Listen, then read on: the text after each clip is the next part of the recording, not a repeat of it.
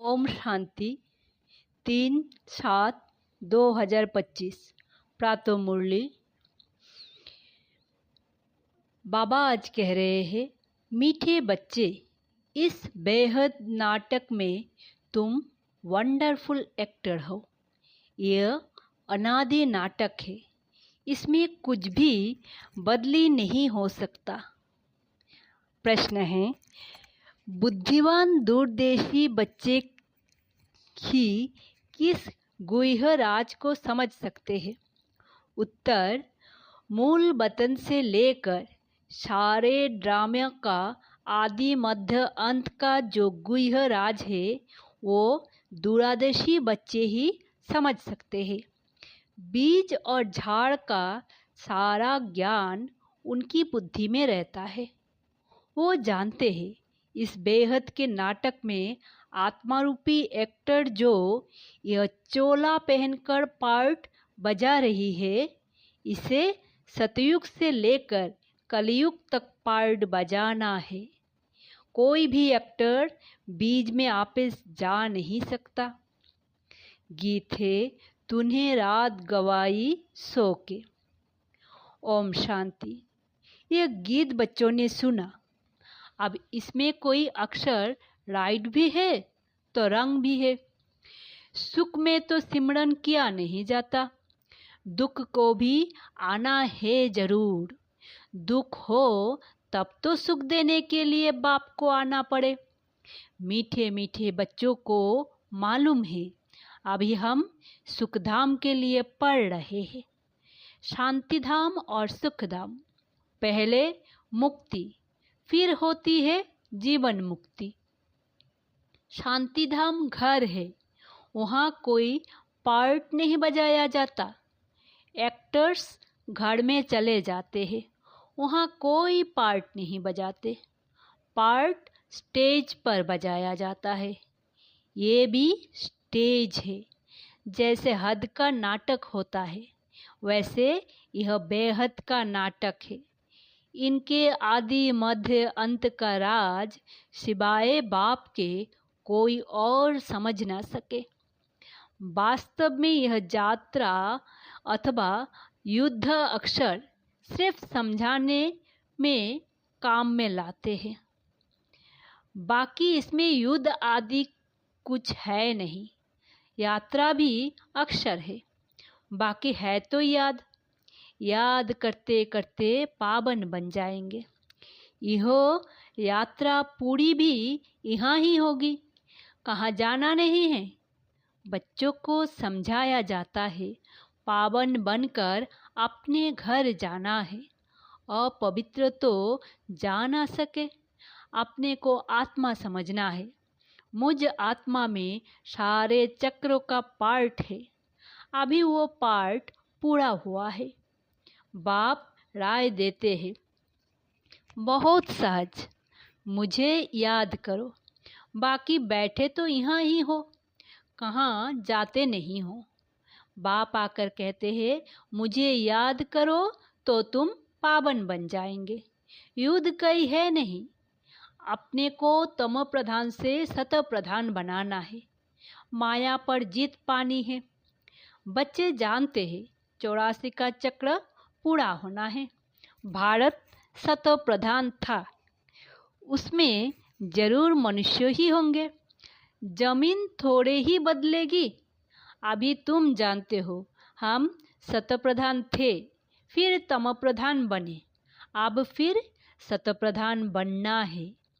मनुष्य पुकारते भी है कि आकर हमको पतित से पावन बनाओ, परंतु कौन है, किसे कैसे आते हैं, कुछ नहीं जानते।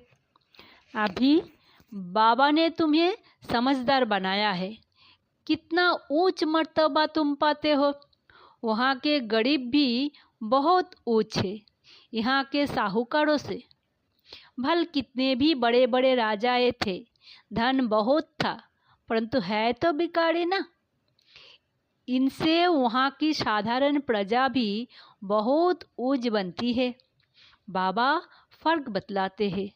रावण का परछाया आने से पतित बन जाते हैं, निर्विकारी देवताओं के आगे अपने को पतित कह माथा जाकर ठेकते हैं। बाप यहाँ आते हैं तो फट से ऊंच चढ़ा देते हैं। सेकंड की बात है, अभी बाप ने तीसरा नेत्र दिया है ज्ञान का। तुम बच्चे दूरदर्शी बन जाते हो। ऊपर मूल वतन से लेकर सारे ड्रामा का चक्रो तुम्हारी बुद्धि में है। जैसे हद का ड्रामा देखकर फिर आए सुनाते हैं ना, क्या क्या देखा, बुद्धि में भरा हुआ है। जो वर्णन करते हैं आत्मा में भरकर आते हैं, फिर आकर डिलीवरी करते हैं। यह फिर है बेहद की बातें। तुम बच्चों की बुद्धि में इस बेहद ड्रामा के आदि मध्य अंत का राज रहना चाहिए, जो रिपीट रहता है, जो रिपीट होता रहता है। उस हद के नाटक में तो एक एक्टर निकल जाता है तो फिर बदले में दूसरा आ सकता है। कोई बीमार हुआ तो उनके बदले फिर दूसरा ऐड कर देंगे। यह तो चैतन्य ड्रामा है, इसमें जरा भी अदली बदली नहीं हो सकती। तुम बच्चे जानते हो हम आत्मा है, यह शरीर रूपी चोला है जो पहनकर हम बहुरूपी पार्ट बजाते हैं। नाम रूप देश फीचर्स बदलते जाते हैं। एक्टर्स को अपनी एक्ट का तो मालूम होता है ना। बाप बच्चों को ये चक्रों का राज तो समझाते रहते हैं। सतयुग से लेकर कलयुग तक आते हैं, फिर जाते हैं, फिर नए सिर आकर पार्ट बजाते हैं। इनकी डिटेल समझाने में टाइम लगता है। बीज में भल नॉलेज है, फिर भी समझाने में टाइम तो लगता है ना। तुम्हारी बुद्धि में सारा बीज और झाड़ का राज है। सो भी जो अच्छे बुद्धिवान हैं वही समझते हैं कि इसका बीज ऊपर में है। इनकी उत्पत्ति, पालना और संहार कैसे होता है, इसीलिए त्रिमूर्ति भी दिखाया है। यह समझानी जो बाप देते हैं और कोई भी मनुष्य दे ना सके। जब यहाँ आते तब पता पड़े, इसीलिए तुम सबको कहते हो यहाँ आकर समझो। कोई कोई बहुत कट्टर होते हैं तो कहते हैं हमको कुछ सुनना नहीं है। कोई तो फिर सुनते भी है। कोई लिटरेचर लेता है, कोई नहीं लेते हैं। तुम्हारी बुद्धि अभी कितनी विशाल दूरदेशी हो गई है। तीनों लोकों को तुम जानते हो। मूल वतन जिसको निराकारी दुनिया कहा जाता है, बाकी सूक्ष्म वतन का कुछ भी है नहीं। कनेक्शन सारा है मूल वतन और स्थूल वतन से। बाकी सूक्ष्म वतन तो थोड़ा टाइम के लिए है। बाकी आत्माएं सब ऊपर से यहाँ आती है पार्ट बजाने। ये झाड़ सब धर्म का नंबरवार है। ये है मनुष्यों का झाड़ और बिल्कुल एक्यूरेट है। कुछ भी आगे पीछे हो ना सके। ना आत्माएं और कोई जगह बैठ सकती है। आत्माएं ब्रह्म महतत्व में खड़ी होती है, जैसे स्टार्स आकाश में खड़े होते हैं। यह स्टार्स तो दूर से छोटे छोटे देखने में आते हैं, है तो बड़े, लेकिन आत्मा तो ना छोटी बड़ी होती है, ना विनाश को पाती है। तुम गोल्डन एज में जाते हो, फिर आयरन एज में आते हो। बच्चे जानते हैं हम गोल्डन एज में थे, अब आयरन एज में आ गए हैं, क्योंकि वैल्यू नहीं रही है। भल माया की चमक कितनी भी है, परंतु ये है रावण की गोल्डन एज, वो है ईश्वरीय गोल्डन एज। मनुष्य कहते रहते हैं 6-7 वर्ष में इतना अनाज होगा, जो बात मत पूछो। देखो उन्हों का प्लान क्या है और तुम बच्चों का प्लान क्या है।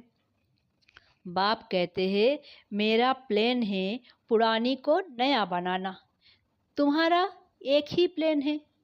जानते हो बाप की श्रीमत से हम अपना वर्षा ले रहे हैं। बाबा रास्ता बताते हैं, श्रीमत देते हैं, याद में रहने की मत देते हैं। मत अक्षर तो है ना, संस्कृत अक्षर तो बाप नहीं बोलते हैं। बाप तो हिंदी में ही समझाते रहते हैं। भाषाएं तो ढेर है ना, इंटरप्रेटर भी होते हैं जो सुनकर फिर सुनाते हैं। हिंदी और इंग्लिश तो बहुत जानते हैं, पढ़ते हैं। बाकी माताएं घर में रहने वाली इतना नहीं पढ़ती है।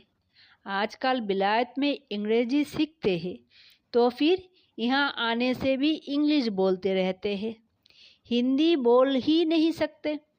घर में आते हैं तो माँ से इंग्लिश में बात करने लग पड़ते हैं।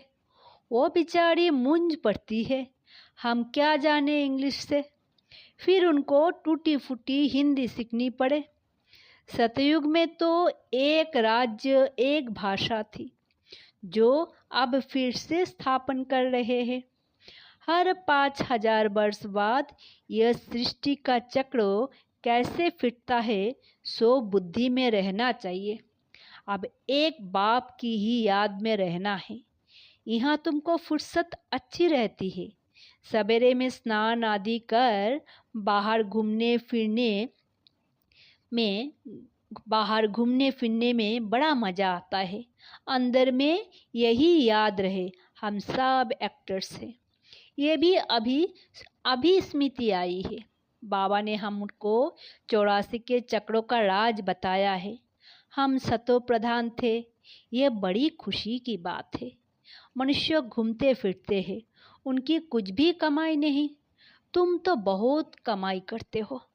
बुद्धि में चक्रों भी याद रहे, फिर बाप को भी याद करते रहो। कमाई करने की युक्तियाँ बाबा बहुत अच्छी बताते हैं। जो बच्चे ज्ञान का विचार सागर मंथन नहीं करते हैं, उनकी बुद्धि में माया खिट करती है। उन्हें ही माया तंग करती है। अंदर में यह विचार करो, हमने यह चक्र कैसे लगाया। सतयुग में इतने जन्म लिए, फिर नीचे उतरते आए, अब फिर सतो प्रधान बनना है।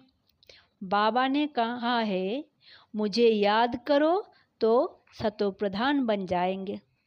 चलते फिरते बुद्धि में याद रहे तो माया की खिट समाप्त हो जाएगी। तुम्हारा बहुत फायदा होगा। भल स्त्री पुरुष साथ जाते हो, हर एक को अपने सिर मेहनत करनी है अपना ऊंच पद पाने। अकेले में जाने से तो बहुत ही मज़ा है, अपनी ही धुन में रहेंगे। दूसरा साथ में होगा तो भी बुद्धि इधर उधर जाएगी। है बहुत सहज, बगीचे आदि तो सब जगह है। इंजीनियर होगा तो उनका यही चिंतन चलता रहेगा कि यहाँ पुल बनानी है, ये करना है। बुद्धि में प्लेन आ जाता है। तुम भी घर में बैठो, फिर भी बुद्धि उस तरफ लगी रहे। यह आदत रखो तो तुम्हारे अंदर यही चिंतन चलता रहे। पढ़ना भी है, धंधा आदि भी करना है। बूढ़े जवान बच्चों आदि सबको पावन बनना है। आत्मा को हक है बाप से वर्षा लेने का। बच्चों को भी छोटेपन में ही ये चीज़ पड़ जाए तो बहुत अच्छा। आध्यात्मिक विद्या और कोई सिखा ना सके। तुम्हारे यह जो आध्यात्मिक विद्या है, यह तुमको बाप ही आकर पढ़ाते हैं। उन स्कूलों में मिलती है जिस्मानी विद्या और वो है शास्त्र की विद्या। ये फिर है रूहानी विद्या जो तुमको भगवान सिखलाते हैं। इनका किसको भी पता नहीं। इनको कहा ही जाता है स्पिरिचुअल नॉलेज, जो रूहों आकर पढ़ाते हैं। उनका और कोई नाम नहीं रखा जा सकता। ये तो स्वयं बाप आकर पढ़ाते हैं। भगवान उवाच है ना, भगवान एक ही बार इस समय आकर समझाते हैं। इसको रूहानी नॉलेज कहा जाता है। वो शास्त्रों की विद्या अलग है। तुमको पता है कि नॉलेज एक ही जिस्मानी कॉलेज आदि की, दूसरी है आध्यात्मिक शास्त्र की विद्या, तीसरी है यह रूहानी नॉलेज। वो भल कितने भी बड़े बड़े डॉक्टर ऑफ फिलोसफी है, परंतु उन्हों के पास भी शास्त्र की बातें हैं। तुम्हारी यह नॉलेज बिल्कुल अलग है। यह स्पिरिचुअल नॉलेज जो स्पिरिचुअल फादर सभी आत्माओं का बाप है वही पढ़ाते हैं। उनकी महिमा है शांति, सुख का सागर आदि आदि। कृष्णों की महिमा बिल्कुल अलग है। गुण अवगुण मनुष्यों में होते हैं जो बोलते रहते हैं। बाप की महिमा को भी यथार्थ रीति तुम जानते हो। वो तो सिर्फ तोते माफिक गाते हैं, अर्थ कुछ नहीं जानते। तो बच्चों को बाबा राय देते हैं, अपनी उन्नति कैसे करो।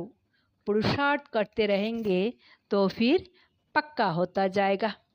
फिर ऑफिस में काम करने समय भी यह स्मृति आएगी, ईश्वर की स्मृति रहेगी। माया की स्मृति तो आधा कल्प चली है। अभी बाप यथार्थ रीति बैठ समझाते हैं। अपने को देखो, हम क्या थे, अब क्या बन गए हैं। फिर हमको बाबा ऐसा देवता बनाते हैं।